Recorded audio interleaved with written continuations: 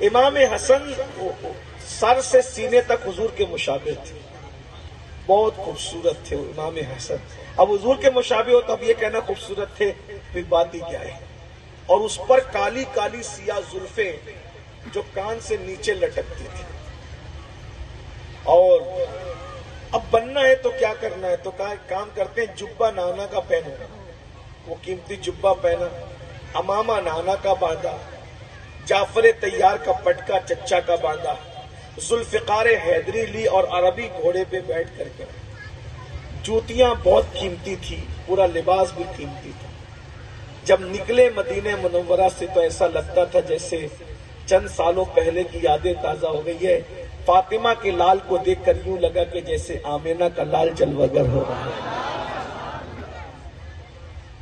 ایک یہودی امام حسین کو امام حسن کو دیکھتا ہے اور دیکھ کر کہتا ہے حسن ایک سوال ہے، توجہ کریں، حسن ایک سوال ہے۔ امام نے پوچھا بتاؤ کیا ہے؟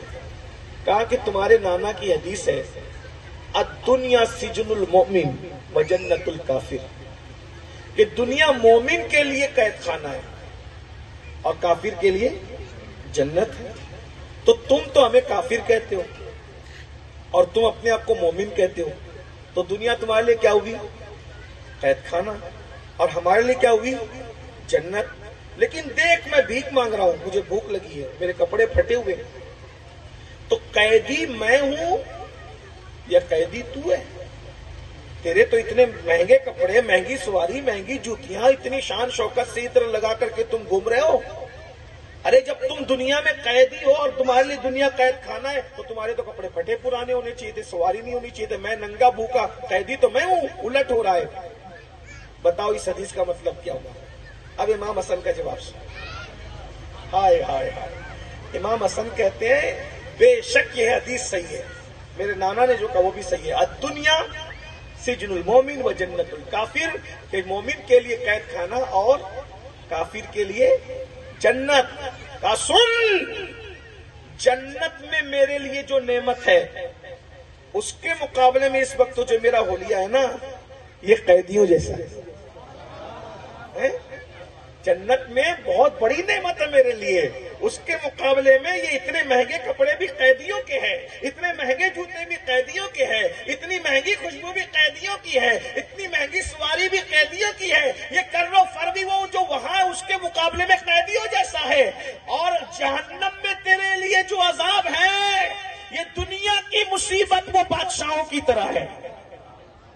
یہاں جو تو ننگا بھوکا ہے نا اس مصیبت کے مقابلے میں تو جنت میں، ابھی تو جنت میں ہے، اور جو جہنم میں تیرے لیے عذاب ہے اس سے بہت دردناک اور بدترین ہے۔ اب سمجھ میں آیا یہ جو فرمایا کہ مومن کے لیے کو دنیا جو ہے وہ قید خانہ ہے اور کافر کے لیے جنت ہے۔ دنیا سجن المومن و جنت الکافر، تو تیرے لیے جو اللہ نے عذاب تیار کر رکھا ہے اس کے مقابلے میں پھٹے پرانے کپڑے تیرے لیے جنت کی طرح ہے، اور میرے لیے جو انعام تیار کر رکھا ہے یہ مہنگے کپڑے جو ہے یہ قید خانے کی طرح ہے۔ تو یہ ہے، تو اللہ مومن کی دنیا کو بھی جنت بنا دیتا ہے اگر وہ گناہ سے بچے تو آج ہمارے گناہ سے بچنے کا کوئی معاملہ ہی نہیں ہے، تو اس لیے نیند کی گولی کھانا پڑتی ہے، بیماریاں ہیں، تکلیفیں ہیں، بلائیں ہیں، سارے ٹینشن ہیں۔ اور ایک بات بتاؤں، جنت میں ٹینشن نہیں ہے، تو اگر اپنی دنیا کو ٹینشن سے پاک کرنا ہے اور اس کو بھی جنت بنانا ہے، گناہ چھوڑ کر دیکھو، ٹینشن دور نہ ہو تو پھر کہنا، گناہ چھوڑ کر دیکھو برکتیں نہ ہو تو پھر کہنا، گناہ چھوڑ کر دیکھو گھر میں محبتوں کا ماحول نہ ہو تو پھر کہنا۔